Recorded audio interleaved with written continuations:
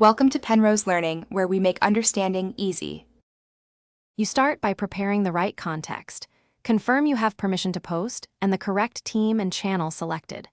Open Teams, navigate to the channel, and choose the Posts or Conversation view. Once done, hit New Conversation or the Compose box to create an update.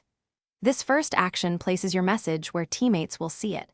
Make sure the channel scope matches your audience so your update reaches the intended group quickly and without confusion.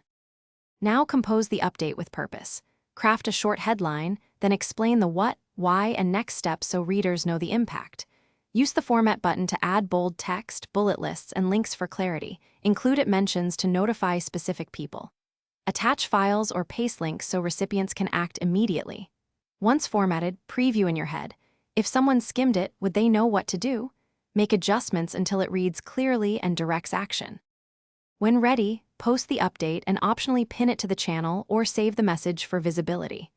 Monitor replies and convert decisions into tasks or meeting invites.